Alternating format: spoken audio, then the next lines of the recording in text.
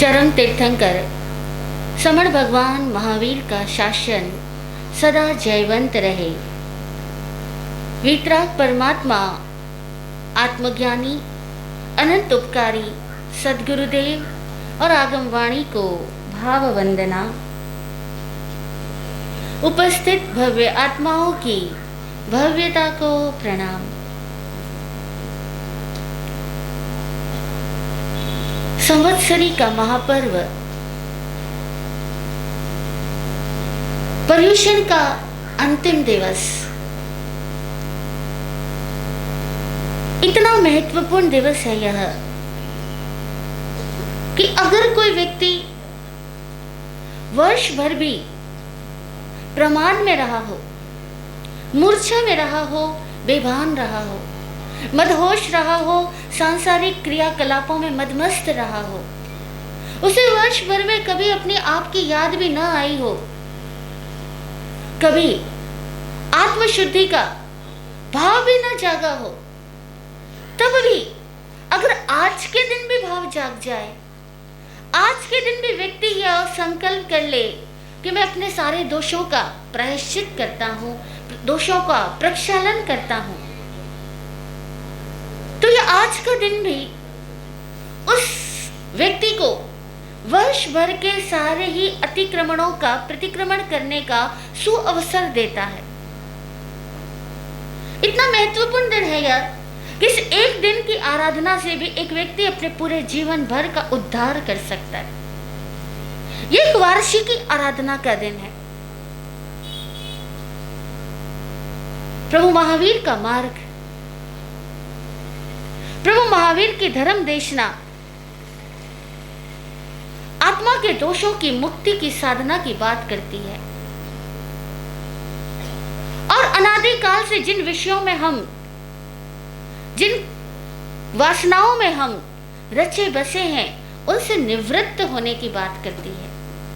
इसीलिए प्रभु महावीर का मार्ग निवृत्ति मार्ग है, निवृत्ति प्रधान मार्ग है।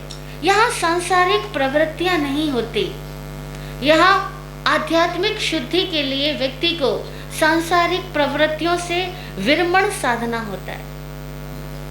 इसीलिए गृहस्थ साधक हो या समण साधक, दोनों ही तरह के साधक साधिकाओं के लिए पंच विरमण की साधना दी जाती है।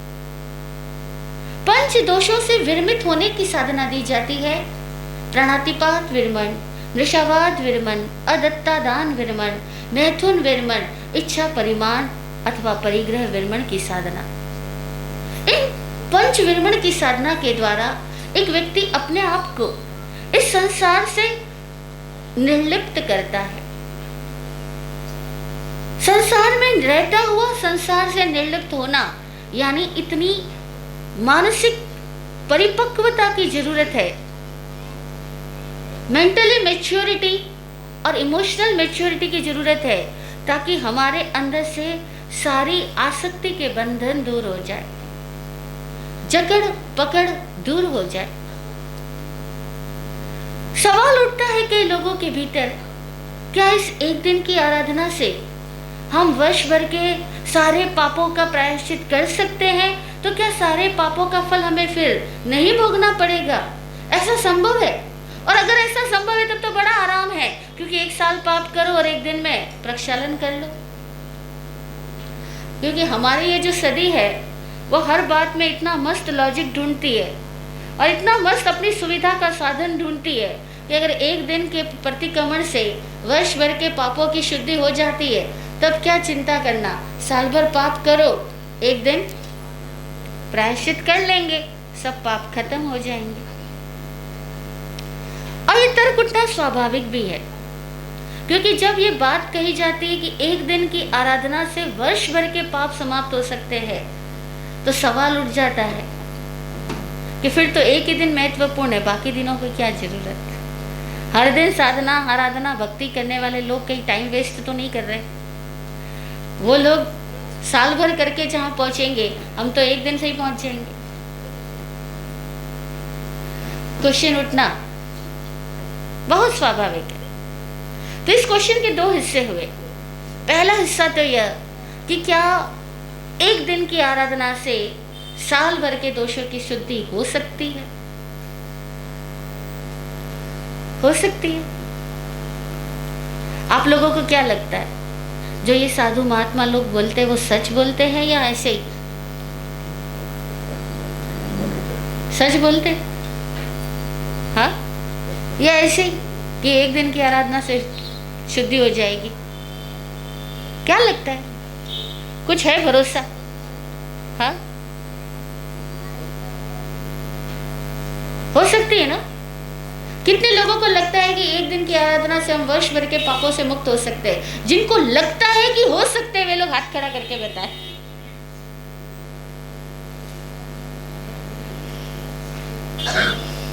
बहुत थोड़े हाथ खड़े हैं। हम यहाँ जितने लोग बैठे हैं उनके मुश्किल से 10-20% लोगों के हाथ खड़े हुए हैं। मतलब बाकी 80% लोगों को विश्वास है कि सब कहने की बात है। कोई एक दिन की आराधना से दोषों की शुद्धि हो सकती है क्या? नहीं हो सकती ना? नहीं हो सकती, नहीं हो सकती। हाँ, आप देखिए, आप लोग बिजनेसमैन हैं। अब बिजनेसमैन को अगर बिजनेस की भाषा में बात समझाई जाए तो शायद इजीली समझ में आ जाएगी, ठीक है ना? और बिजनेसमैन में भी आजकल मोस्ट ऑफ सारे ही बिजनेस कहीं ना कहीं शेयर मार्केट से जुड़े हुए हैं, स्टॉक एक्सचेंज में आ चुके हैं, ठीक है?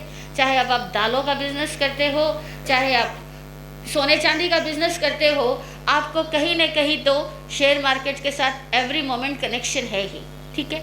अब बिजनेसमैन के लैंग्वेज में समझाते हैं हम कि जैसे एक बिजनेस करने वाला आदमी निरंतर शेयर मार्केट के भावों के उतार चढ़ाव के साथ में उसका प्रॉफिट एंड लॉस अकाउंट बदलता रहता है, चेंज होता रहता है। एवरी मोमेंट आप लोग लॉस से प्रॉफिट में और प्रॉफिट से लॉस में जा सकते हो। ठीक इसी तरीके से जैसे हम वहाँ कंप्यूटर पे नज़र गड़ा के बैठते हैं, अब भाव क्या है, अब भाव क्या है, अब भाव किसका कितना घटा, किसका कितना बढ़ा, और भावों के घटन बढ़न से आपका पूरा बिजनेस, आपकी पूरी बैलेंस शीट चेंज हो जाती है। ठीक इसी तरह से जैन दर्शन कहता है कि भाव क्या है, क्या कहता है, भाव क्या है, क्योंकि भावों के उतार चढ़ाव से एक क्षण के अंदर प्रसन्न चंद्र राजा एक क्षण के अंदर जो 7वें नरक में जा रहा था उसके भाव बदल गए और वो मोक्ष को उपलब्ध हो गया एक क्षण में। कथा सुनी होगी सबने, नहीं सुनी हो तो प्लीज सुन ले आज के दिन, क्योंकि बहुत महत्वपूर्ण कथा है। पूरा जैन दर्शन समझने में एक छोटी सी कहानी हमें मदद करेगी कि एक बार की बात, प्रसन्नचंद नाम का राजा परमात्मा महावीर की वाणी सुनकर के उद्बोधित होता है, दीक्षित हो जाता है, और दीक्षित होने के बाद में बेले बेले की तपस्या करता है, जंगलों में खड़ा रह करके आतापना लेता है, और आतापना लेता है एक पैर पे खड़ा होकर के ध्यान कर रहा है। इधर से सैनिक महाराजा भगवान महावीर के समक्ष शरण में दर्शन करने के लिए जा रहे हैं, और मार्ग में देखते हैं प्रसन्नचंद राजा को जो ध्यान में खड़े हैं। उनको देखते ही राजा क्षणिक पहचान लेते हैं, क्योंकि एक राजा दूसरे राजा को जानता है। देखा, मन में भाव पैदा हुआ, वाह, धन्य है, धन्य है इस प्रसन्नचंद राजा को जो राजपाट छोड़ करके इस तरह से आत्म ध्यान में लीन है। ये तो अपने जीवन का उद्धार कर रहा है। कहीं कहीं अपने लिए भी प्रश्न पैदा होता है। जैसे ही हम दूसरे को तपस्या करते देखते हैं, साधना करते देखते हैं, तो मन में सवाल आता है, धन्य है वो कर रहे, मैं नहीं कर पा रहा।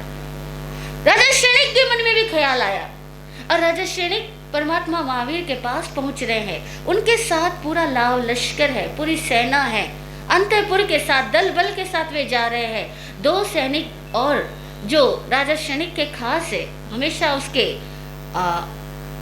साथ में रहते हैं सिक्योरिटी गार्ड की तरह। उन्होंने भी जब प्रसन्नचंद राजा को देखा तो उनके मन में ख्याल आया, ये राजा साधु बन गया, इसको ये नहीं पता कि इसके साधु बन जाने से इसके राज्य को कितना खतरा हो रहा है, कितना नुकसान हो रहा है। ये खुद तो अपना कल्याण कर लेगा, पर इसके राज्यवासियों का क्या होगा, इसके छोटे बेटे का क्या होगा, जिसको इसने राजपाट छोड़ करके खुद तो संन्यास्त हो गया, उस छोटे बेटे पर इसका शत्रु निरंतर दृष्टि गढ़ाए बैठा है और अब तो इसके राज्य पर आक्रमण हो रहा है। मंत्री भी साथ छोड़ करके जा रहा है। वे दोनों सेनापति आपस में बातें कर रहे हैं और वे वहीं खड़े होकर के बातें कर रहे हैं जहां साधु ध्यान में खड़ा है। जहां प्रसन्नचंद्र राजा ध्यान में खड़े हैं, उसी के पास वे दो सैनिक रुक गए और आपस में बतियाने लग गए। और चूंकि साधु की आंखें बंद है और दृष्टि अंदर एकाग्र है, तो उनको क्या लगता है कि महाराज सुन नहीं रहे होंगे। जैसे हम में से भी कई लोग अगर साधु महात्मा के दर्शन करने जाएं और उनकी आंखें बंद हो, तो हम क्या सोचते हैं कि महाराज साहब देख नहीं रहे होंगे, महाराज साहब सुन नहीं रहे होंगे। लेकिन ऐसा थोड़ी होता है कि वो देख ना रहे हो या सुन ना रहे हो। चक्षु दर्शन बंद भी हो जाए तब भी अचक्षु दर्शन तो जारी ही रहता है। बिना आंखों के भी हम दर्शन कर रहे होते हैं, जैसे कि हम नींद में सपने देखते हैं ना। अचक्षु दर्शन तो जारी रहता है। प्रसन्नचंद्र राजा के कानों में शब्द पड़ रहे हैं। वे खड़े ध्यान के अंदर है और शब्द पड़ रहे हैं कि आपके बेटे पर आक्रमण हो रहा है। वो शत्रु जो पूरी जिंदगी आपके पराक्रम और शौर्य के आगे डरता रहा, दबता रहा, आज उसको मौका मिल गया है। और अब मौका मिलने पर भला कौन चौका नहीं लगाएगा। मौका मिला है तो लोग चौका तो लगाएंगे ना। अब इसके राज्य पर आक्रमण हो चुका है, छोटा बालक युद्ध करने जा रहा है, वो युद्ध नहीं कर पाएगा और निश्चित है कि कुछ दिनों के बाद में इनके छोटे बेटे की हत्या कर दी जाएगी। रानी को इनका शत्रु राजा उठा करके ले जाएगा। वे सारी बातें कर रहे हैं और राजा के कान में वे सारे शब्द पढ़ रहे हैं। कान से शब्द दिमाग तक, मस्तिष्क तक पहुंचते हैं और मन के अंदर की अतीत की सारी फाइल्स ओपन हो जाती है। शब्द जाता वर्तमान में और दिमाग में पहुंचते ही माइंड की कंप्यूटर के हार्ड डिस्क के अंदर रहे हुए सारे पुराने फाइल्स को ओपन कर देता है, रीओपन कर देता है। और जैसी सारी फाइल्स ओपन होती है, उस फाइल के साथ में जो जो इमोशंस थे, जिस फाइल के साथ जो जो इमोशंस जुड़े हुए थे, वो सारे इमोशंस भी वापस एनर्जाइज हो जाते हैं। अब राजा के मन के अंदर उस राजा के प्रति, प्रसन्नचंद्र राजा के मन में अपने शत्रु राजा के प्रति जो वैर भाव था, उस शत्रु राजा का चित्र दिमाग में आते ही वो सारा वैर भी साथ की साथ प्रकट हो गया। और जैसे ही वैर दिमाग के धरातल पर प्रकट हुआ, अब वैर दिमाग के धरातल पर प्रकट हुआ और दिमाग ने ही वापस प्रतिक्रिया करनी चालू कर दी। अब मानसिक भूमि पर उसका शत्रु राजा खड़ा है और वह स्वयं अपने शत्रु राजा के सामने अपने धनुष बाण लेकर के खड़ा है। अब उसे ऐसा लग रहा है कि मेरा शत्रु युद्ध भूमि में आकर के मुझ पर आक्रमण कर रहा है, मेरे बेटे पर आक्रमण कर रहा है, मेरे राज्य पर आक्रमण कर रहा है, मेरे अंतपुर पर आक्रमण कर रहा है, मेरी रानी पर आक्रमण कर रहा है। वो मेरे का सारा भाव जो रिकॉर्डेड था वो सारा उजागर हो गया और अब मेरे का भाव पराये के भाव को भी पैदा करता है। मेरा होगा तो तेरा भी होगा, मेरा नहीं होगा तो तेरा भी नहीं होगा। इसलिए तेरे पने से छूटना है तो मेरे पने से छूटना पड़ेगा। लेकिन अब राजा के मन में मेरा पना आ गया तो तेरा पना भी आ गया और राजा ने तुरंत अपने शत्रु के ऊपर तीर छोड़ने स्टार्ट कर दिए।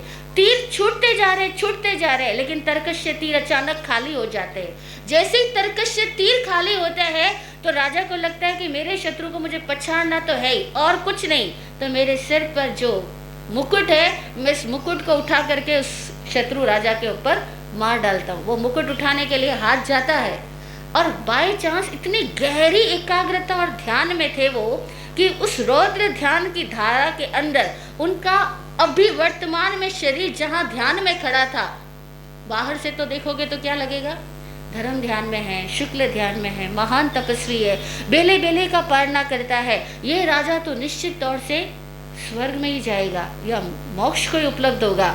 लेकिन भीतर के ध्यान से वो कहाँ जा रहा है, युद्ध क्षेत्र के अंदर शत्रुओं का सफाया करने के लिए।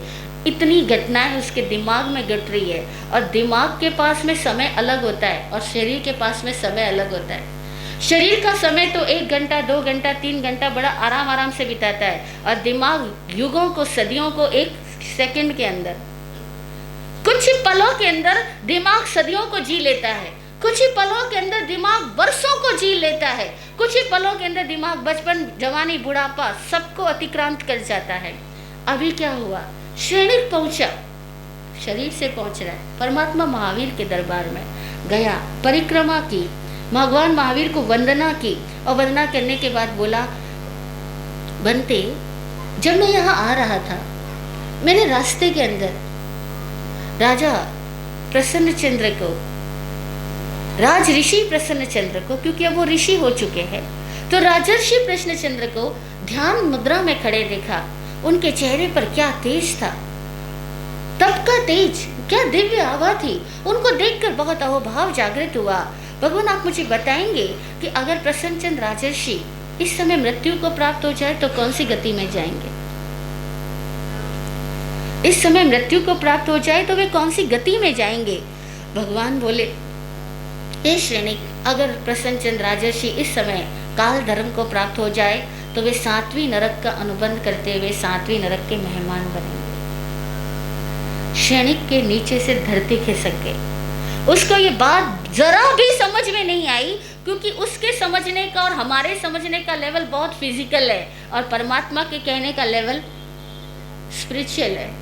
हम सब फिजिकल लेवल पे देखते हैं कौन क्या कर रहा है, कौन कितना धर्म कर रहा है, कौन कितना स्थानक में बैठा है, कौन कितना जप तप कर रहा है, कौन कितना दान पुण्य कर रहा है। हम सब बहुत फिजिकल घटनाएं देखते हैं, लेकिन परमात्मा शरीर को नहीं, आत्मा के भावों को देख रहे हैं।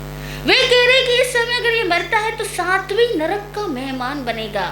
ये बात उसको हजम ही नहीं हुई। शरीर दोबारा बोला, भंते मैं उनकी बात कर रहा हूँ, उन प्रसन्नचंद्र राजर्षि की जिन्होंने आपके पास उस समय में दीक्षा ली थी। परमात्मा कहते हैं, हाँ मैं भी उन्हीं की बात कर रहा हूँ, और अब समय बदल गया, अब तू पूछ रहा है तो वो 5वीं नरक में। क्षणिक कहता, भगवान अब क्षणिक को भी आश्चर्य हो रहा है। उसे ऐसा लग रहा है जैसे आप लोगों को लगता है ना, बोल्ट पर बैठे होते हो तो देखते हो एक एक सेकंड में भाव फ्लक्चुएट होता है, तो आपको लगता है इस सेकंड सौदा करूँ तो 5,000 कमाऊंगा। इतने में आप सोचते और फोन करते होते में तो भाव चेंज हो चुका होता है, और जब तक कई बार आप डालते हो वायदा तब तक तो भाव और बढ़ चुका या घट चुका होता है। अब वो श्रेणिक पूछता जा रहा है और भगवान महावीर कहते जा रहे हैं, अब मरे तो 3री नरक, अब मरे तो 1ली नरक, अब मरे तो 3रा देवलोक, अब मरे तो 7वां देवलोक, अब मरे तो 12वां देवलोक। और कुछ क्षणों के बाद में कहते हैं, प्रसन्नचंद्र राजा की आत्मा निर्वाण को उपलब्ध हो गई, सिद्ध बुद्ध और मुक्त हो गई। अरे क्षणिक कहते ये कैसे हो गया? तो बोले बस उसको जैसे ही होश आया, कैसे होश आया जरा देखिएगा। उसका हाथ गया अपने सिर पे और सोचा मुकुट उठा करके अपने शत्रु को मारो। जैसे ही हाथ वहाँ चला गया, कई बार होता है हम लोग सोच की धारा में चलते चले जाते, बहते चले जाते हैं, और हमारी सोच की घनीभूतता, मतलब हमारा सोच इतना ज़्यादा स्ट्रॉन्ग हो जाता है कि हमारा सोच तुरंत बॉडी पर रिफ्लेक्ट हो जाता है। आपने देखा होगा छोटे बच्चों के ऊपर उनके दिमाग के सोच के साथ उनकी बॉडी तुरंत रिएक्ट करती है। इसीलिए बच्चों को अगर रात को नींद में डरावने सपना आया तो उनको कई बार बिस्तर ही गीला हो जाता है, क्योंकि उनकी बॉडी तुरंत रिएक्ट करती है। बड़े होने के साथ साथ थोड़ा गैप आ जाता है, माइंड की सोच के साथ में बॉडी के ऊपर तुरंत रिएक्शन नहीं आते, लेकिन फिर भी आते ही है। इसीलिए आप देखो हम लोग जितना ज़्यादा सोचते हैं, डॉक्टर्स लोग कहते हैं कि डायबिटीज़ की प्रॉब्लम क्यों इतनी ज़्यादा बढ़ रही है, इसलिए नहीं कि हम मीठा ज़्यादा खा रहे हैं। बहुत सारे कारणों में सबसे बड़ा कारण ये है कि आदमी मेंटली बहुत ज़्यादा भाग दौड़ कर रहा है। उसका दिमाग इतना ज़्यादा काल्पनिक चित्रों में राग रमण कर रहा है कि उसका शरीर बीमार हो जाता है। अब शरीर पे जितनी बीमारियां आ रही है, पूरा साइंस डेवलप हो गया कि इन बीमारियों का कारण फिजिकल कम और मेंटल ज़्यादा है। इसीलिए जितनी हमारी डिजीज़ है सब साइकोसोमेटिक डिजीज़ हो गई है, मतलब साइकोलॉजिकल ज़्यादा, फिजिकल कम, साइकोसोमेटिक डिजीजेज। और इन सबके पीछे सबसे बड़ा कारण है दिमाग की सोच। इस दुनिया में अगर कहीं भी कुछ भी झगड़ा होता है, कहीं भी कुछ भी बीमारी होती है, आप देख लेना सारे झगड़े और सारी बीमारी के पीछे कारण क्या होगा? केवल और केवल हमारी विचार प्रणाली, हमारा थॉट पैटर्न। ये थॉट पैटर्न नहीं है, बस यही सारी बीमारियों और झगड़ों का कारण है। अगर उसको पता ना चलता प्रसन्नचंद्र राजर्षि को कि कोई युद्ध हो रहा है उसके राज्य में, उसको कुछ फर्क नहीं पड़ता, शायद वो आत्म ध्यान में ही लीन रहता। लेकिन जैसे ही उसको पता लगा, ध्यान दीजिएगा, हमें भी हमारे भाव भी कब बिगड़ जाते हैं जैसे ही हमको पता लगता है कि फला आदमी ने तुम्हारे बारे में ऐसा बोला, अगर पता ना पड़ता तो। पर हम में से कितने लोग इतने समझदार है, हम में से कितने लोग इतने समझदार है कि जिनको कई बातों का पता लग जाए और तब भी वो कह दे कि छोड़ो ना, मुझे ना पता पड़ता तो कौन सा पता चलता, तो कौन सा कि कुछ हो ही जाता, किसी ने कुछ कह दिया तो कह दिया, मैं ऐसे बन जाता हूं जैसे मुझे पता ही ना हो। कोई बन सकता है ऐसे? हाँ? जानकर अनजान होना, ऐसी बातों के लिए जानकर अनजान बनो जो कलह क्लेश पैदा करवाएगी। और हम लोग क्या करते हैं, जो समझदारी की बातें होती है, जो धर्म ध्यान की बातें होती है, जो गुरुवाणी का ज्ञान होता है, उनको तो हम जानकर अनजान हो जाते हैं।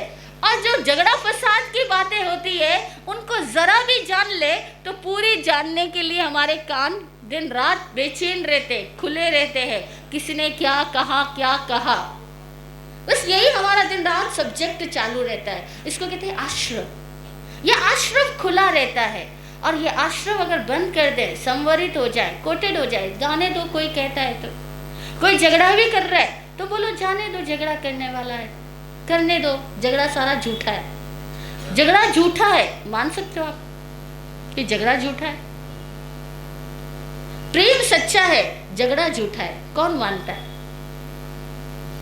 हाथ खड़ा हो गया, कितनी अच्छी बात है।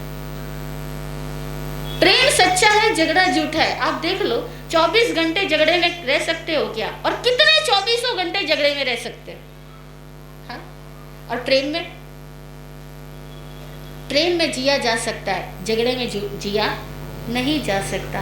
100% बात है कि जाने दो सब कुछ, जाने दो सब कुछ अच्छा होने वाला है, जाने दो सब कुछ अच्छा होने वाला है। झूठा झगड़ा जग का देखा भाला है, झूठा झगड़ा जग का देखा भाला है, जाने दो सब कुछ अच्छा होने वाला। झगड़ा झूठा है, इसको जाने दो, कभी तानने की कोशिश मत करो, क्योंकि वो सच्चा हो ही नहीं सकता।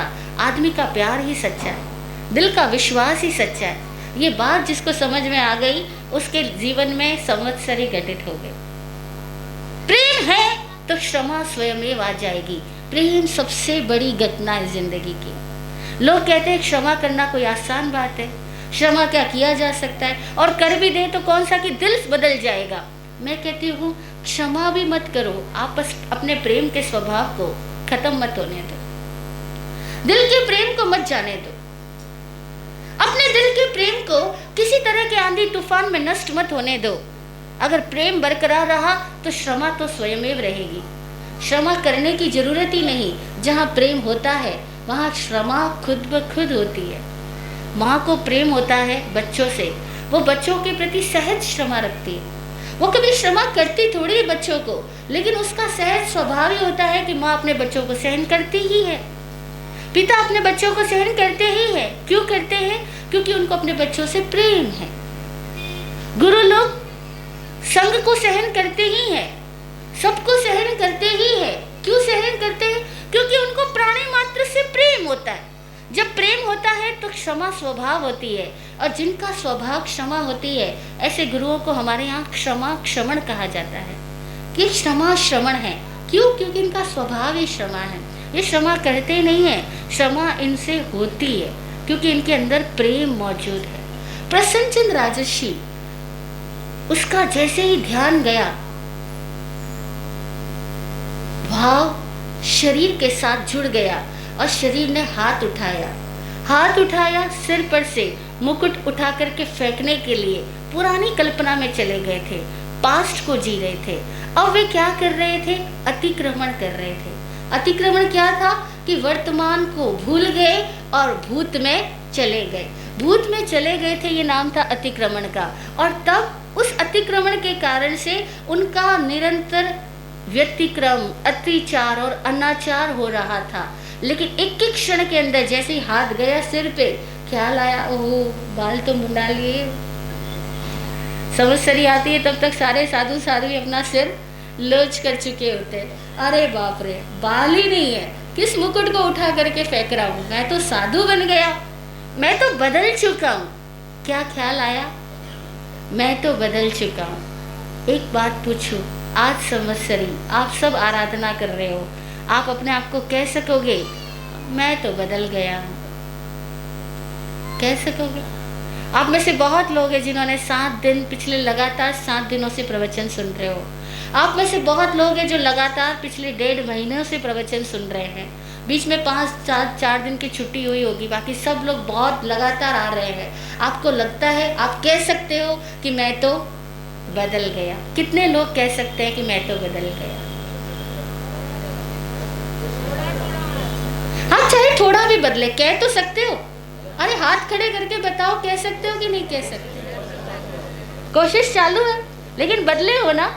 आप कह सकते हो कि मैं तो बदल गया। प्रसन्नचंद राजा तुरंत बोला, अरे ये क्या, मैं तो साधु बन गया, मैं तो बदल गया हूँ, अब मैं कोई राजा थोड़े ही हूँ। उनको तुरंत ख्याल आया कि मेरे मन में किसी के लिए कोई वैर विरोध अब नहीं है। परमात्मा महावीर के प्रति उनके मन में एक पल के लिए दृष्टि गई। जैसे ही महावीर की स्मृति आई, महावीर की वितरागता उनके भीतर प्रकट होगी। इसीलिए हम गुणगान गाते हैं परमात्मा के। गुणगान गाने के साथ में कहीं न कहीं हमारी चेतना उनके गुणों के साथ कनेक्ट हो जाती है। और एक समय मात्र के लिए भी, यानी पूरे दिन में से अगर हम 1 मिनट और 1 मिनट के भी आधे मिनट और आधे से भी आधे मिनट के लिए भी अगर हम कहीं परमात्मा के गुणों के साथ कनेक्ट हो जाए, जुड़ जाए, हम परमात्मा के गुणों का ध्यान में लीन हो जाए, बस इतना ही काफी है। वो भगवान की शक्ति हमें बदल देगी, वो गुरु की शक्ति हमें बदल देगी। गुरु से जुड़ने का एक तार चाहिए, पतला तार। दुनिया के साथ जुड़ने के लिए तो बहुत मोटी मोटी रस्सियां हमारे अंदर में, लेकिन भगवान से जुड़ने के लिए पतला तार, सूक्ष्म ध्यान चाहिए। ध्यान के एक पल मात्र में भी अगर हमारे भीतर वितरागता का ध्यान आ जाए, गुरु के गुणों का ख्याल आ जाए, गुरु की गरिमा का, गुरु की महानता का ख्याल आ जाए, गुरु की क्षमा का ख्याल आ जाए, गुरु के प्रेम का ख्याल आ जाए। और एक बात ध्यान देना, गुरु सदा प्रेममय होते हैं, गुरु सदा आनंदमय होते हैं, गुरु सदा क्षमामय होते हैं। उनके शिष्य कितनी भी गलतियां करें, जैसे धरती के ऊपर बच्चे कितने भी लोटपोट करें, हम लोग कितना भी प्रदूषण फैलाए, फिर भी धरती तो सोना ही उगलती है। इसीलिए धरती को माँ कहा और गुरु को माँ और भगवान को परमात्मा, परम आत्मा कहा। परम आत्मा है वे तो सबको सदा क्षमा करते हैं, उनकी क्षमा में कोई कमी नहीं है। केवल हम लोग एक क्षण के लिए उनको याद कर सके। संवत्सरी का दिन यह महत्वपूर्ण दिन है कि 1 मिनट के लिए भी कहीं ध्यान की धारा भगवान के साथ जुड़ जाए, 1 मिनट के लिए भी कहीं भावों की धारा गुरु के ज्ञान के साथ जुड़ जाए। वो 1 मिनट कितना बदलाव लाएगा, प्रसन्नचंद राजा की जिंदगी से देखो। वो 1 मिनट के लिए उनको भगवान महावीर और उनके द्वारा दिया गया संयम जीवन याद आया, और इधर भगवान महावीर इतना ही इंतजार कर रहे थे कि जरा उसकी नजर मुझ पर आए तो मेरी शक्तियों को वो ग्रहण कर पाए। गुरु जिस शिष्य को दीक्षा देता है, गुरु जिस शिष्य की वंदना लेता है, गुरु जिस शिष्य की समर्पण और भक्ति लेता है, गुरु इसलिए है क्योंकि वो इतने सारे शिष्यों की समर्पण भक्ति वंदना को लेता है और उसके बाद हर पल सैटेलाइट की तरह सबसे कनेक्ट रहता है। गुरु इसलिए गुरु है, वो सैटेलाइट की तरह सबसे कनेक्ट रहता है। इसीलिए कोई कहीं भी बैठ के उसको याद कर ले, गुरु उसको वहीं दर्शन दे देता है। कोई कहीं भी बैठ करके उसका ध्यान कर ले, गुरु वहीं उसकी समस्याओं का समाधान दे देता है। इसीलिए गुरु गुरु है। वह भी चोले से तो इंसान है, लेकिन उसकी आत्मा पवित्र होकर के इस धरती के गुरुत्वाकर्षण से ऊपर उठ चुकी है, इसीलिए वो गुरु हो गया, गुरुदेव हो गए। गुरु इंसान होते हुए देव हो गए, इसीलिए गुरु को कहा जाता है गुरु देव हो गए। और इसीलिए ये दिन होता है जब हम गुरु के दरबार में रहते हैं, ये दिन होता है जब हम गुरु के चरणों में बैठ के परिउपासना करते हैं। गुरु के चरणों में रह करके भक्ति करते, स्तुति करते, वंदना करते। अरे एक साल में भी एक बार भी वंदना हो गई ना गुरु को, गुरु के साथ कनेक्शन हो गया, गुरु की जिम्मेदारी है। और कनेक्शन लेने कई बार बार बार नहीं जाना पड़ता, कनेक्शन एक बार ले लो, केवल उस कनेक्शन का यूज करना रहना। सही तरीके से हम कनेक्ट रहे, गुरु हर पल हमारे साथ रहता है। इसीलिए गुरु गुरु है, सूरज की तरह है, सदा सबके साथ रहता है। और सूरज भी शायद रात को चला जाता है, लेकिन गुरु ना दिन जाता है ना रात जाता है। इसीलिए कहते हैं कि गुरु ऐसा है जिसको सूरज की उपमा भी छोटी पड़े और चंद्रमा की उपमा भी छोटी पड़े, क्योंकि ये सब लोग भी समय समय पर आते हैं चले जाते हैं, लेकिन गुरु ऐसा है कि जो आता है तो कभी जाता नहीं। अगर जाता है तो केवल शिष्य जाता है, गुरु कभी नहीं जाता। प्रसन्नचंद्र राजा गुरु से विमुख होकर के खोज में, सोच में पड़ गए थे, रौद्र ध्यान में चले गए थे, लेकिन जरा एक पल में उनको गुरु का ख्याल आया और परमात्मा महावीर का ध्यान उनके भीतर उतर गया। इसीलिए जब हम दीक्षा लेते हैं तो कहीं न कहीं एक अनुबंध हो जाता है शिष्य का गुरु की चेतना के साथ, और गुरु में असीम धैर्य होता है, इसीलिए वो गुरु है। असीम धैर्य होता है, कोई कितना बच्चा शैतानी करे, गुरु देखता है कहता नहीं, गुरु देखता है कहता नहीं। सब गुरु को सब पता है कि इसके अंदर क्या चल रहा है और वो बाहर क्या कह रहा है, कौन क्या दिखाता है, कौन क्या सोचता है, कौन क्या करता है, हम दिन में क्या करते हैं और रात में क्या करते हैं और सपनों में क्या करते हैं, हमारे गुरु को सब कुछ पता है। लेकिन फिर भी गुरु असीम धैर्य वाला है, वो हमें इस बात के लिए भी जरा सा भी हमारे ऊपर अपनी इच्छा शक्ति नहीं ला देगा कि तुम आओ और सुधर जाओ। वो तो इंतजार करता है कि जब तुम सुधरना चाहोगे, मैं तब तक का इंतजार करता हूं।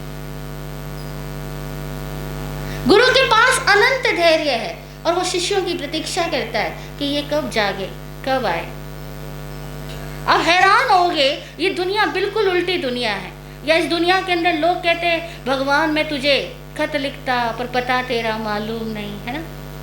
दुनिया कहती है भगवान तेरे द्वारे खड़ा हूं, अब तो दर्शन दे दे। हम दर्शनों की मांग करते हैं, और बड़ी हैरानी ये है कि गुरु कहता है भाई कभी तो वहां खोल ले, मैं तो सदा सामने खड़ा हूं। हकीकत उल्टी है, परमात्मा तो सदा सामने खड़ा है, वेट करता है कि कहीं तो शिष्य अपनी आंख खोले, कहीं तो दर्शन आए उसको। लेकिन वो आंखें बंद करके, अंदर की आंखें बंद करके कहता है, मोह माया में मस्त होकर के कहता है कि बस मैं तो यहीं दुबका रहूंगा, मुझे दर्शन दे दो। और वो परमात्मा कहता है मैं सामने खड़ा हूँ, जरा आंख खोल दे। और हम कहते हैं भगवान तुम्हें मैं खत लिखता पर पता तेरा मालूम नहीं। भगवान कहता है कितना आदमी झूठ बोलता है, मैं इसके अंदर रहता हूँ और कहता है कि उसको मेरा पता मालूम नहीं। वो एक पल के लिए भी अपने अंदर झांके तो सही, मैं तो वही मौजूद हूँ। महावीर की शक्ति तुरंत मिलती है प्रसन्नचंद्र राजर्षि को। बस प्रसन्नचंद्र राजर्षि को अपनी दृष्टि भर महावीर की तरफ करनी होती है, एक ही काम शिष्य को करना होता है, जरा अपनी आंख भगवान की तरफ उठाए, जरा अपनी आंख खोले। जैसे ही आंख खोलने का भाव जागा, महावीर की शक्ति अंदर आई और उसकी भावधारा तुरंत बदल गई। कहाँ नरकगामी हो रहा था वो जीव, और एक क्षण लगा भाव बदलने में, और भाव बदलते ही अतिक्रमण का प्रतिक्रमण हो गया। प्रतिक्रमण रटने की चीज नहीं है। लोग जिंदगी बिता देते हैं और आके कहते हैं महाराज साहब इतने ज्ञानावर्ण कर्म बांध रखे हैं, सालों साल हो गए, अभी तक मुझे प्रतिक्रमण याद नहीं हुआ। अब मैं उनको कहती हूँ प्रतिक्रमण याद नहीं हुआ, प्रतिक्रमण याद करने की चीज ही नहीं है। प्रतिक्रमण याद करने की चीज नहीं है। प्रतिक्रमण क्या है? अपने अतिक्रमणों को जानकर उससे डिस्कनेक्ट होना, अतिक्रमणों को भुला देना, उसका नाम प्रतिक्रमण है। अब याद किसको करना, प्रतिक्रमण को, अतिक्रमण को? उल्टी बात है। हम कह रहे प्रतिक्रमण को याद मत करो, जो जो गलतियां करी उसको याद करो और याद करके उसको डिलीट कर दो, वहां से अपने आप को डिस्कनेक्ट कर दो, उसको डिस्कार्ड कर दो, परम मोसिरामी कर दो कि मैं भुलाता हूं, अपने ही उस पुराने रूपों को भुलाता हूं। कितना साहस चाहिए, कितनी जागृति चाहिए, केवल एक ही चीज कि मैं अपने पुराने रूप को भुलाता हूं, मैं पुराने रूप को छोड़ता हूं। अगर कोई कहे तू पुराना आदमी बड़ा गुस्सा करता था बात बात पे, मैं आज कह सकता हूं भैया वो पुराना आदमी था, वो गया, अब तो संवत्सरी हो गई, अब तो संवत्सरी हो गई, नया जीवन, नया साल, नई शुरुआत हो गई। वो जो पुराना आदमी था जो तुमसे वैर रखता था, वो जो पुराना आदमी था जो बात बात में गुस्सा करता था, वो जो पुराना आदमी था जो सुबह उठते ही नाराजगी के साथ उठता था, बात बात पे चिड़चिड़ा मचाता था, आज वो आदमी गया। अभी आदमी जब जागेगा ना, मुस्कुराते चेहरे के साथ जागेगा। जब किसी से बात करेगा तो बिना किसी कंप्लेन के बात करेगा, और हर बात के स्टार्टिंग और एंडिंग में बड़े मजे से थैंक यू बोल सकेगा। अब ये नया आदमी है, पुराना आदमी जा चुका। आओ अपने नए वर्जन से मिलो। नाटिका देख रहे थे ना क्या? ऐसी एक नाटिका है पूरी जिंदगी, और कितना मस्त प्ले कर रहे थे बच्चे। हम सब भी प्ले कर रहे हैं। मैं कह रही हूँ अपने पुराने रोल्स को छोड़ दो। पुराने रोल्स में तुम लोग बहुत कुछ बने हो, और बहुत कुछ बनाया है लोगों को, और बना बना के मिटाया है। सबके दिमाग में हेडेक कर रखी है हमने, दूसरों के भी और खुद के भी। अभी सब छोड़ दो, अभी बोलो मेरा पुराना वर्जन खत्म। 1 मिनट लगा, 1 ही मिनट में प्रसन्नचंद राजर्षि अतिक्रमणों का प्रतिक्रमण कर लिया। प्रतिक्रमण कहाँ हुआ? भावों में हुआ, विचारों में हुआ। कैसे हुआ? समझदारी से हुआ। समझदारी कहाँ से आई? गुरु के साथ एक क्षण को कनेक्ट हुए, समझदारी आ गई। गुरु से ज्ञान लेने का तरीका क्या है? कोई सोचे गुरु से ज्ञान लेने का तरीका किताबें पढ़ लो? जी नहीं। गुरु से ज्ञान लेने का एक ही तरीका है, गुरु का ध्यान भीतर आया, गुरु के पास शांति से खुल सके, गुरु के चरणों में, गुरु के ज्ञान में, गुरु के आभा वलय के सामने कहीं हमारा एक पल का भी समर्पण घटित हुआ। जैसे हम समर्पित होते हैं, ऑटोमेटिकली हमारे ब्लूटूथ ऑन हो जाते हैं, और गुरु का तो ब्लूटूथ ऑलवेज ऑन रहता है। गुरु इतनी बड़ा ट्रांसमीटर है कि उसके पास से तो ज्ञान ऐसे ही निकलता है जैसे सूरज से प्रकाश निकलता है। गुरु को ज्ञान देना नहीं पड़ता। गुरु के आभा वलय में ज्ञान के कण है, आनंद के कण है, मुक्ति के कण है। केवल एक कोई पल भर के लिए झुकता और कनेक्ट होता है, उसकी आत्मा में डाटा ट्रांसफर हो जाता है। हकीकत ये है। आप देखो पुराने युगों के अंदर कहाँ किताबें थी, कहाँ सीडी थी, कहाँ नेट था, कुछ नहीं था। क्या होते थे? शिष्य लोग गुरु के पास रहते थे, और बस पास ही रहते थे और कुछ करते नहीं थे। और कई बार तो गुरु दिन भर में उनको एक पाठ रटने को नहीं देता था, और वर्षों तक गुरु के पास रहते, सेवा करते, गुरु का जो आंगन है उसको बुहारते, पानी भरते, उनके लिए जो हाथ पैर दबाना दबाते, पास में बैठे रहते, कुछ नहीं करते। और किसी दिन उनका अहंकार खत्म होता, किसी दिन उनको गुरु के अंदर कोई दिव्य तत्व नजर आता, एक पल के लिए भी गुरु में देव नजर आ जाता, गुरु में गुरु देव नजर आ जाता। उस एक पल में घटना घटती कि गुरु का ज्ञान शिष्य में चला जाता, और जैसे जैसे गुरु का ज्ञान शिष्य में जाता जाता, शिष्य की पुरानी लेशा खत्म हो जाती, पुराने सारे चित्र खत्म हो जाते, और अनंत जन्मों के अनंत कर्म यानी अनंत चित्र, यानी कितना डाटा, कितनी फाइल्स हार्ड डिस्क में भरी पड़ी हो, और ऐसे न जाने कितनी बड़ी से बड़ी स्मार्ट हार्ड डिस्क को, सबको खत्म होने के लिए केवल एक ही चीज चाहिए थी, वो थी गुरु की नजर। और गुरु की नजर कैसे आती? जब शिष्य गुरु की नजर में आता तो गुरु की नजर शिष्य के भीतर चली जाती। ध्यान देना, शिष्य जब गुरु की नजर में आता, यानी शिष्य खुद को गुरु के सामने ओपन अप कर सकता था।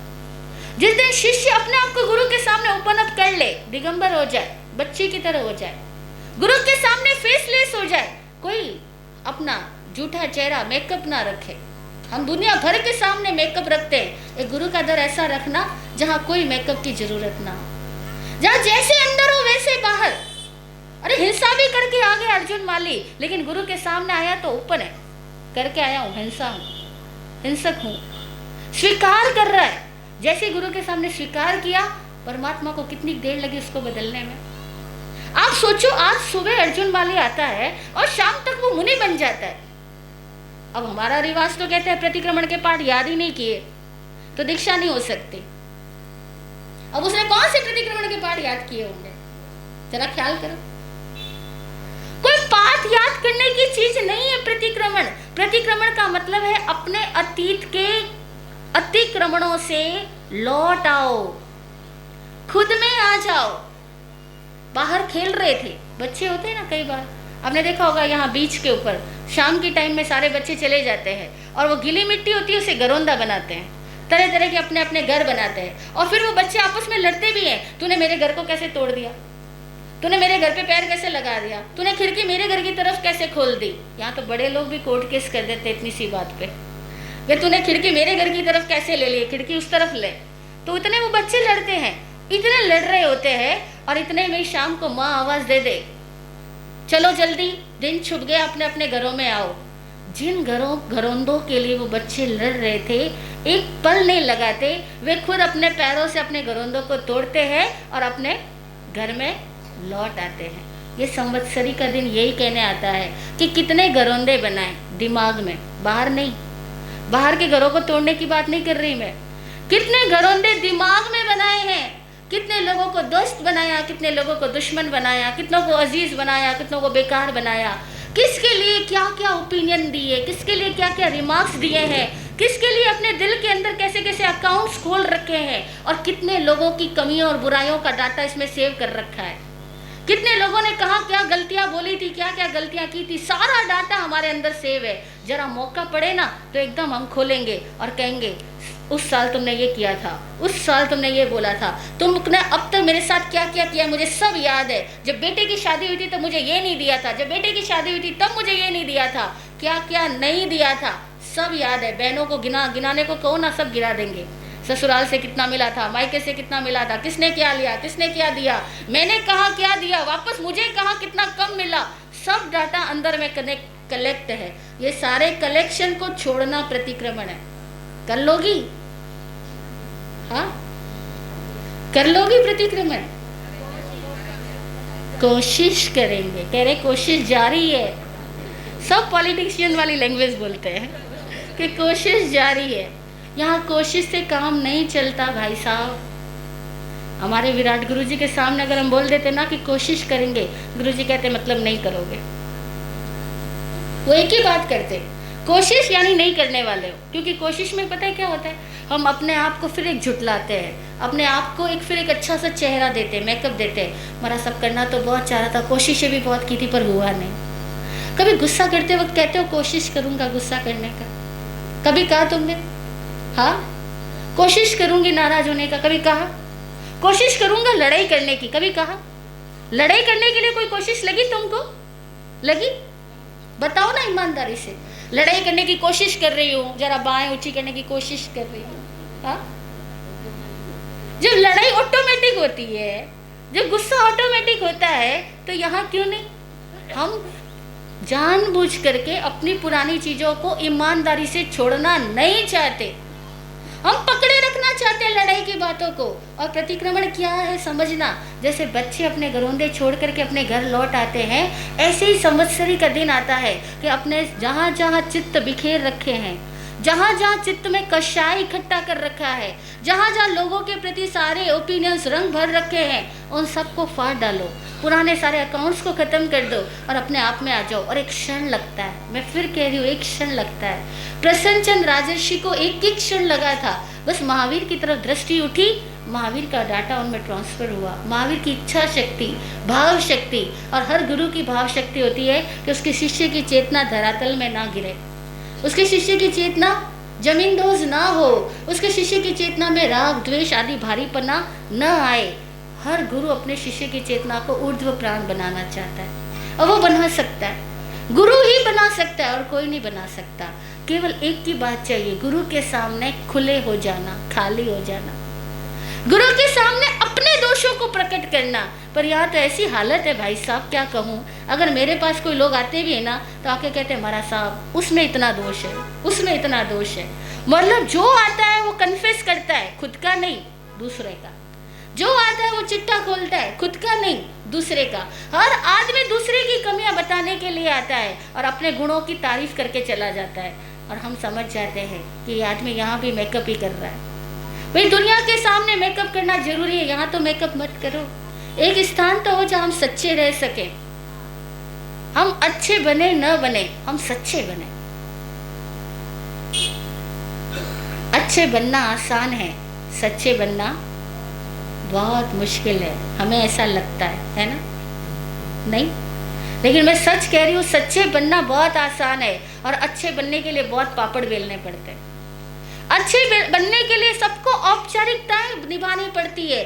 औपचारिकता यानी अंदर कुछ बाहर कुछ, हिपोक्रेसी। और सच्चे बनने में जैसे हो वैसे बनो। अब लोग कहेंगे महाराज साहब मैं तो बहुत सच्चा हूँ इसीलिए तो गुस्सा कर देता हूँ। अरे गुस्सा करते हो तो सच्चे नहीं हो। गुस्सा करने का मतलब है समझ गलत है। गलत समझ के साथ सच्चे नहीं बन सकते हो। सही समझ के साथ ही सच्चा बना जा सकता है। गलत समझ के साथ तो हम फिर कहीं ना कहीं अच्छे या कच्चे बने रहते हैं, या तो कच्चे बने रहते हैं या अच्छे बनने की कोशिश करते रहते हैं।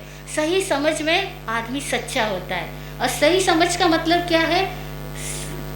सोच विचार दर्शन की प्रणाली शुद्ध होना, सम्यक दर्शन होना। और सम्यक दर्शन में समझ में आता है कि यहाँ कोई भी मैं जिसको नियंत्रित करूं ऐसा कोई भी संभव, कुछ भी संभव नहीं है। इस घटनाओं को, इस दुनिया को, लोगों की परिस्थितियों को मैं नियंत्रित करूं ऐसा संभव नहीं है। मैं केवल और केवल अपने दिमाग पर नियंत्रण कर सकता हूं। इसके सिवाय किसी अन्य पर नियंत्रण परमात्मा महावीर भी नहीं कर सकते थे, तो मैं कैसे कर सकता हूं? ध्यान देना, हमारा मिथ्या दर्शन क्या है कि हम चाहते हैं हम परिस्थितियों को, घटनाओं को नियंत्रित कर लेंगे। हम चाहते हैं हम लोगों को बदल देंगे। हम चाहते हैं हम परिवार को शिक्षा दे देंगे, हम समाज को शिक्षा दे देंगे। एक बार एक बहन बोली, महाराज साहब मैं जानती हूँ गुस्सा नहीं करना चाहिए, पर अगर मैं गुस्सा नहीं करूंगी तो मेरी सास सुधरेगी कैसे?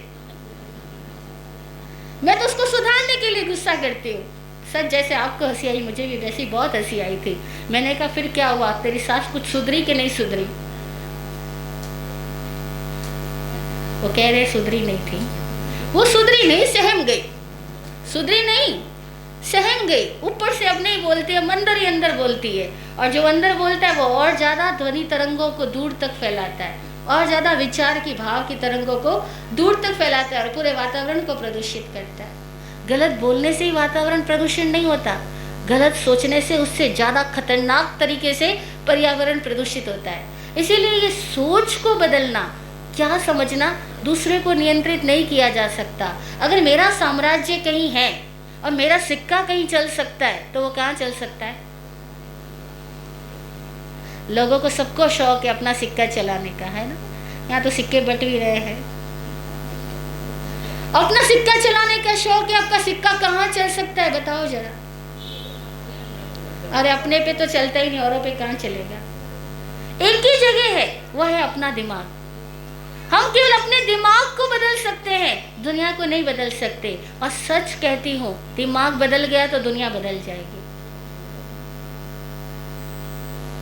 एक ही चीज बदलो, वो है अपना थॉट पैटर्न। प्रसन्न चंद्र राजर्षि ने थॉट पैटर्न बदला, 1 मिनट लगा नरक से मोक्ष में जाते हुए। तो संवत्सरी के क्या एक दिन के प्रतिक्रमण से हमारे वर्ष भर के पाप खत्म हो सकते हैं क्या? अगर आपका ये सवाल हो तो मैं कहती हूँ प्रसन्न चंद्र राजर्षि जिंदगी भर के पापों को, इतने कर्मों को कि 7वीं नरक में जाना पड़े, ऐसे कर्मों को 1 मिनट में बदल पाए।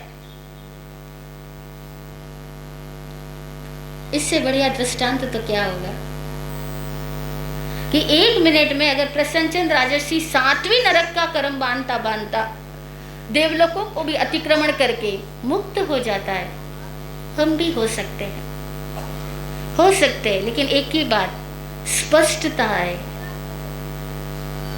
स्पष्टता है। गलत है तो भी स्पष्ट हो, सच्चे हैं, अच्छे हैं, जैसे भी हैं, हम स्पष्ट हो जाएं। हमारे हाथी के दांत की तरह ना हो कि दांत दिखाने के कुछ और है और खाने के कुछ और है। मैं आपको सच कहती हूँ, क्रोधी आदमी मुक्त हो सकता है, क्षण लगेगा। अहंकारी आदमी मुक्त हो सकता है, एक क्षण लगेगा।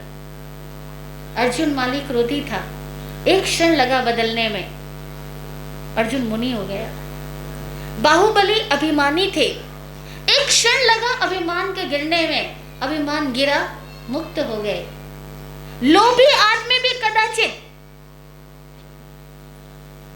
सम्यक्त्व को उपलब्ध हो जाए, लेकिन मायावी की मुक्ति होना मुश्किल है। मायावी को ज्ञान मिलना मुश्किल है, मायावी को गुरु का दर्श मिलना मुश्किल है। मायावी मुक्त नहीं हो सकता। और ये संवत्सरी का प्रतिक्रमण एक बात का प्रतिक्रमण करना कि हमारे भीतर क्रोध कहाँ कहाँ है, मान कहाँ कहाँ है, माया कहाँ कहाँ है, लोभ कहाँ कहाँ है, और कहाँ मैंने कपट किया, दिखाया कुछ था कुछ।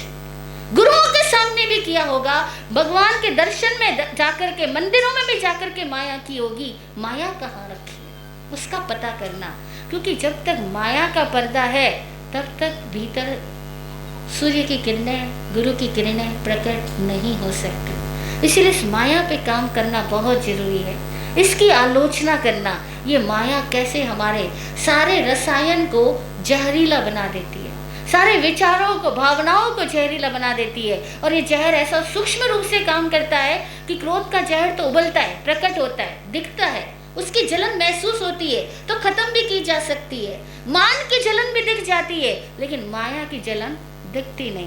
कहते हैं लोग कि जो चूहा होता है ना, चूहा, उस चूहे के दांत बड़े पहने होते हैं, है ना। वैसे कितना छोटा प्राणी है चूहा, लेकिन वो चूहा किसी को काटता है और जिसको काटता है उसके ऊपर वापस गर्म भाप देता है, फिर काटता है, फिर गर्म भाप देता है, ताकि जिसको काटा जा रहा है ना उसको ज़्यादा तकलीफ भी ना होवे और वो काट करके उसको सत्यानाश भी कर देवे। ऐसी जो माया होती है ना, माया ऐसी होती है, वो काटती है, फिर वो क्रीम लगाती है, पाउडर लगाती है, फिर काटता है, फिर क्रीम पाउडर लगाता है। तो न जाने हमारे अंदर कितने जन्मों जन्मों की माया पड़ी है। उस माया को दूर करें हम। माया दूर होगी तो गुरु के ज्ञान से कनेक्शन में एक क्षण लगेगा। और सच कह रही हूँ, ज्ञान पाने के लिए कुछ नहीं करना, केवल अपना समर्पण, अपनी क्रोध मान माया लोभ का समर्पण हुआ, गुरु के सामने ईगोलेस हुए, गुरु स्पष्ट है, हम स्पष्ट हो जाए, गुरु सच्चा है, हम सच्चे हो जाएं। एक पल के लिए भी हम सच्चे हो सके ना, तो वो डाटा ट्रांसमिट होगा, गुरु हमारे में आ सकेगा। और मैं कह रही हूँ, गुरु से ज्ञान भी मत मांगो, ये भी मांगना बेवकूफ़ी है। गुरु के पास जाओ और कहो, गुरुदेव मुझे आपसे कुछ नहीं चाहिए, एक ही काम करो, मुझे आप ले लो, मुझे आप रख लो, रहो चाहे दुनिया में, डोर आपके साथ रहे। आप जैसा चलाओ चलाना, आप जैसा करवाना चाहो करवाना, और जहाँ गलत करने जा रहा हूँ वहाँ ठोकरें दे देना, ताकि जैसे ठोकर मिले, बाधा आए, मेरे काम डिस्टर्ब होवे, मैं चेत जाऊं कि गलती कहीं मेरे में हुई है, इसीलिए मेरा काम डिस्टर्ब हुआ, मेरे भाव कहीं दूषित हुए हैं, विचारों में कहीं माया आई है, लालच आया है, क्रोध आया है, इसीलिए मेरे काम में बाधा आ रही है। हे गुरुदेव, मेरे को वहाँ बाधा दे देना जहाँ मुझसे गलती हो रही हो, लेकिन मेरी डोर आप संभाल लो। गुरु से लेना क्या, गुरु को खुद को दे दो। ये संवत्सरी का दिन है, पुराना वर्जन खत्म करना है। सारे पुराने नाम, पुराने चेहरे, पुरानी पकड़, पुराने कनेक्शन, जितनी भी हमारे अंदर वो ओल्ड बैलेंस है, उस सारे बैलेंस को आज जीरो कर दो। प्रतिक्रमण के द्वारा अपने सारे अतिक्रमणों को खत्म करना है। अब मैं फिर कह रही हूँ, प्रतिक्रमण क्या है? पाठ याद करने का नाम नहीं है।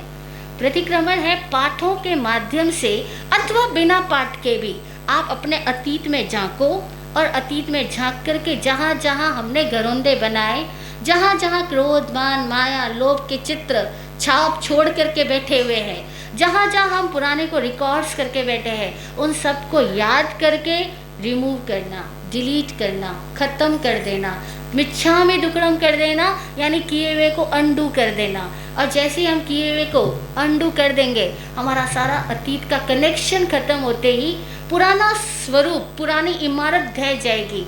और एक बार पुरानी इमारत ढह जाए तो फिर नया खेती, नया सृजन आसान हो जाएगा। वो नया सृजन करने का ये दिन है संवत्सरी। संवत्सरी यानी नए वर्ष की शुरुआत। संवत्सरी अगर ये अर्थ कर दो तो भी इसको हम अशुद्ध हिंदी रहेगी, लेकिन एक अर्थ में बांटा जा सकता है कि संवत्सरी, वत्स हो या अरी हो, पुत्र हो या शत्रु हो, दोनों के प्रति सम, दोनों के प्रति सम भाव में आ सकते हैं। तो हमारा सवाल था कि क्या एक दिन में साल भर के पापों की शुद्धि संभव है? संभव है। भावों के परिवर्तन से सब कुछ बदल सकता है। 28 मार्च तक आपका बिजनेस बता रहा है कि आप 20 लाख के प्रॉफिट में हो, और 29 मार्च को आपके शेयर मार्केट में आपके द्वारा खरीदे गए शेयर्स के भाव गिर जाते हैं, और 31 मार्च में आपकी बैलेंस शीट आपको 40 लाख का लॉस बता सकती है। बता सकती है या नहीं बता सकती? बताओ, बता सकती है? अरे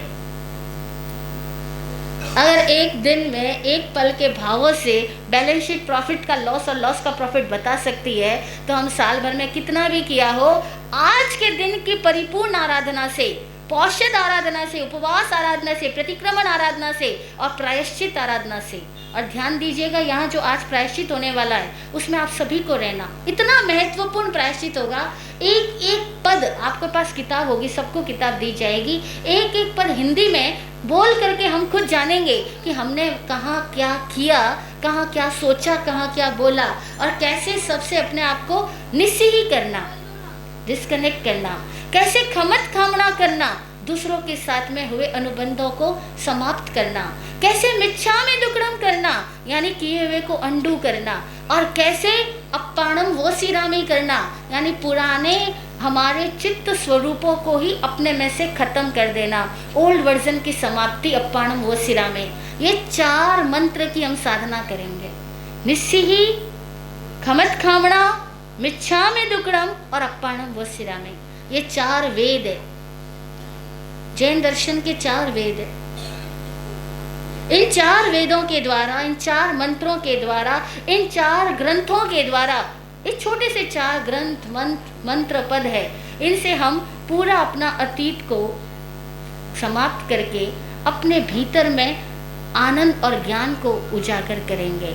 तो आओ प्रायश्चित करें। आज हम दिन में ये साधना यहाँ पर सामूहिक रूप से करेंगे, और फिर शाम को हम सब लोग सामूहिक रूप से ध्यान में बैठेंगे और याद करेंगे कि हमने पिछले संवत्सरी से इस संवत्सरी तक क्या क्या किया।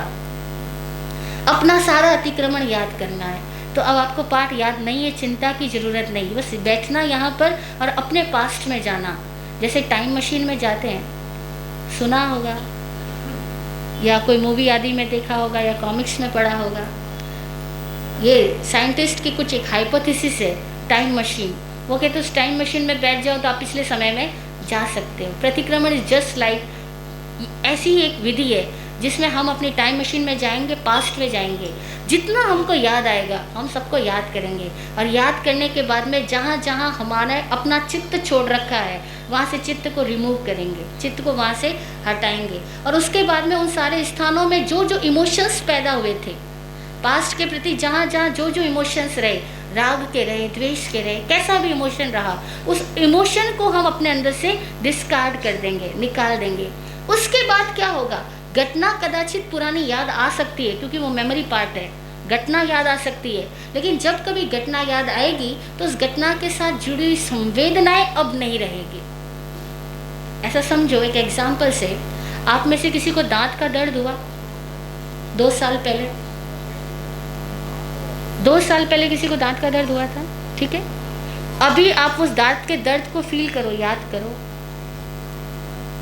नहीं याद आता। आपको ये याद है कि दांत का दर्द हुआ था, लेकिन दांत का दर्द कैसा था उसको फील करना हो, शायद हो सकता है किसी को याद आए। लेकिन अगर आप प्रतिक्रमण और विसर्जन कर देते हो, उसके बाद में आपको दांत का दर्द हुआ ये याद रह सकता है, लेकिन उस समय जो फीलिंग्स थी, जो बैड इमोशंस थे, वो सब खत्म हो जाएंगे। तो प्रतिक्रमण भाव शुद्धि की प्रक्रिया है। भाव बंद खत्म हो जाएगा, और भाव बंद खत्म हो गया तो द्रव्य रूप से कुछ कर्म अणु बच भी गए, तो वे कर्म अणु भाव नहीं रहा तो वे फल देकर के सूखी रेत की तरह निर्जरित हो जाएंगे। सूखी रेत की तरह निर्जरित होने का मतलब क्या है, जैसे ये दीवार है, आप गीली मिट्टी लो, गीली मिट्टी का गोला बना के यहाँ पे डालो, चिपक जाएगा, ठीक है। और अब आप सूखी रेत लो, सूखी रेत को हाथ में लो, पहले तो नीचे से ऊपर उठाओ सूखी रेत को, क्या होगा, जितनी उठाओगे उसमें से कितनी सी बचेगी, बाकी सारी तो वैसे ही गिर जाएगी। और फिर उसको उठा के यहाँ पे डालो दीवार पे, क्या होगा, टच होने के साथ ही नीचे गिर जाएगी। कर्म 2 तरह के होते हैं, एक आले कर्म, एक सूखे कर्म, ठीक है। गीले कर्म और सूखे कर्म। गीले कर्म वह जिसमें हमारे भाव जुड़े हुए हैं, मैं बदला लेके रहूँगा, मैं छोड़ूंगा नहीं, फला मुझे मानता क्या है, समझता क्या है, मेरे साथ उसने कितना बुरा किया, जितने हमारे इंटेंशंस जुड़े हुए हैं वो सब गीले कर्म है। आज संवत्सरी की साधना में हम उन गीले कर्मों में से जो गीलापन है ना, उसको तपस्या से सुखा देते हैं। इसीलिए हम 8 दिन तपस्या करते हैं कि वो सारा राग द्वेष का जो गीलापन है वो खत्म हो जाए। तो सारा गीलापन खत्म हो जाएगा, अब वो कर्म सूखे हो जाएंगे। और जो कर्म सूखे हैं उन कर्मों को भी हम झाड़ देते हैं, और गीले कर्म में से सारा गीलापन निकाल दिया तो वो कर्म भी झड़ जाते हैं। इसीलिए वर्ष भर के पाप सूखे कर्मों की तरह खत्म, सूखी रेत की तरह दीवार से निकल जाते, निर्जरित हो जाते। आसान है, पर ध्यान देना, वैज्ञानिक प्रक्रिया को समझना। खाली मैं आपको अंधश्रद्धा की बात नहीं कर रही कि मैं कह रही हूँ आप मान लो।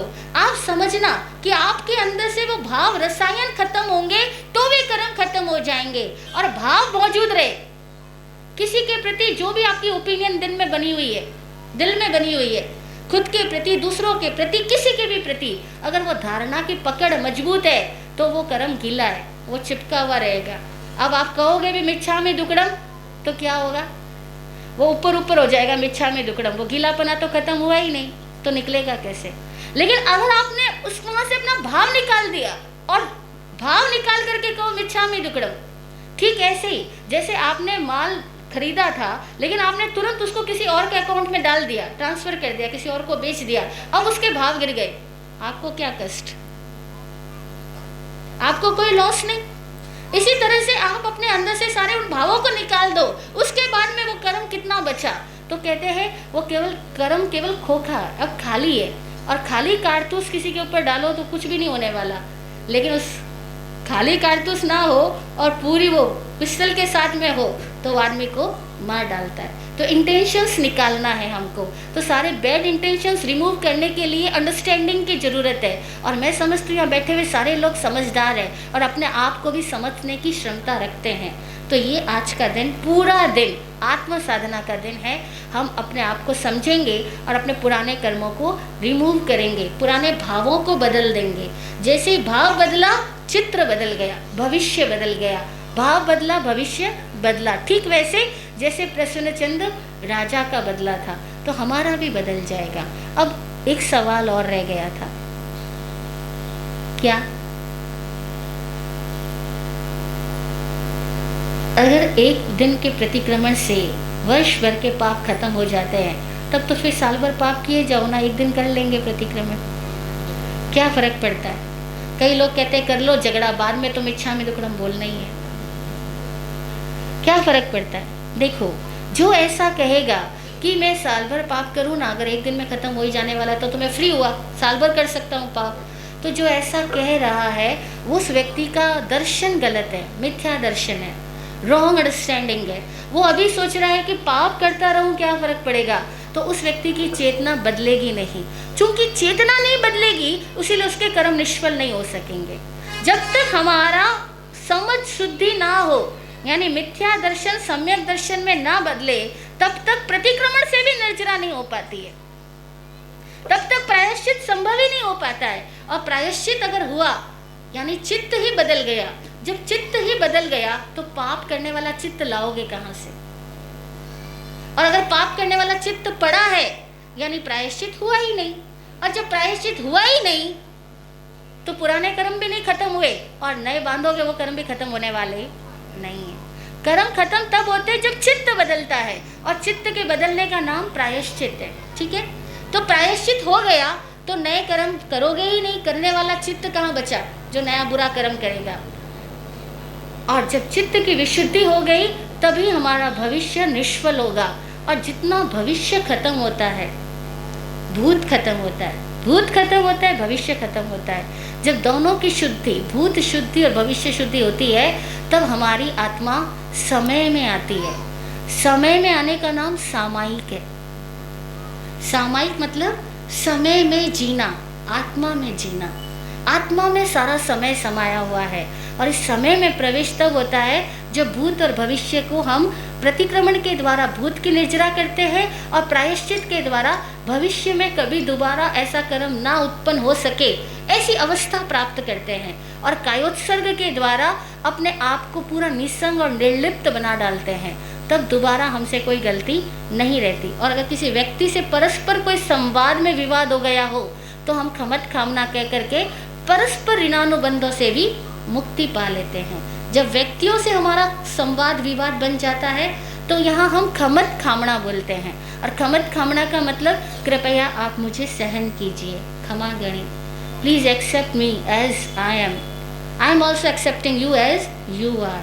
आप जैसे हो वैसे मैं आपको एक्सेप्ट करता हूँ, मैं जैसा हूँ वैसा आप मुझको एक्सेप्ट कर दो। जो रॉन्ग अंडरस्टैंडिंग दोनों में हो गई उसको अपाणम वो सिरा में कर दो, उसको भुला दो, उसको विसर्जित कर दो। इस तरह से आज हम पूरी ऑपरेशन की प्रक्रिया करते हैं। क्या करते हैं? Totally operation. किसका ऑपरेशन?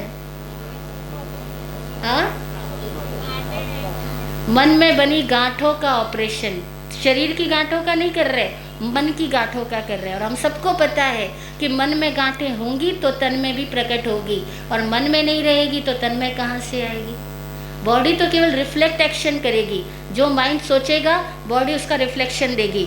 मन से गांठों का ऑपरेशन कर लो।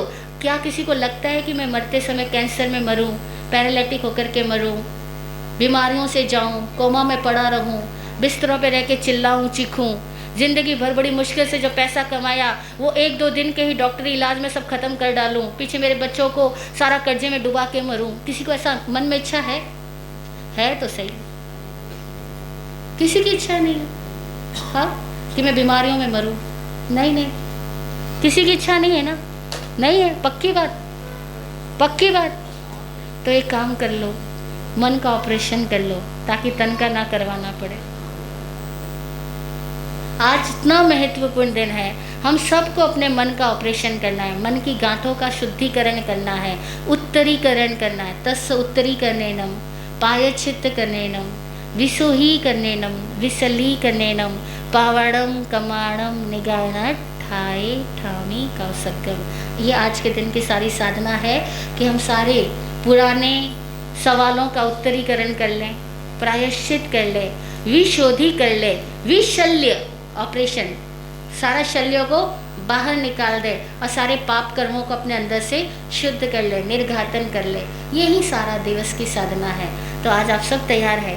आने वाले हम कुछ घंटों के बाद में प्रायश्चित साधना करेंगे और फिर प्रतिक्रमण साधना करेंगे, फिर खमत खामड़ा करेंगे और अपना पुराना वर्जन खत्म और नए वर्जन, और कह सकोगे अब मैं बदल गया हूँ। कहोगे ना? कहोगे? हाँ, अब मैं बदल गया हूँ और बीती बात को मैं भूल चुका हूँ, बीते अकाउंट्स को क्लोज कर चुका हूँ। अब पुरानी कोई बात मुझसे ना की जाए, ठीक है? क्योंकि जो रात गई वो बात गई। इस तरह से जो साल गया उस सारे अकाउंट्स को क्लोज कर लें और नई शुरुआत आनंद के साथ। अब नई शुरुआत कैसे करेंगे, इसके लिए कुछ टिप्स अभी नहीं दूंगी। कल सुबह पारने से पहले जब हम सामूहिक क्षमापना के लिए फिर से जुटेंगे, एकत्रित होंगे, तब मैं आपको नई शुरुआत के कुछ टिप्स दूंगी कि नया साल शुरू हो चुका है तो भाई साहब कैसे चलें, कैसे उठें, कैसे बैठें, कैसे खाएं, कैसे सोएं। तो कुछ टिप्स आपको कल के दिन दिए जाएंगे। आज इतना ही। ओम शांति, ओम शांति।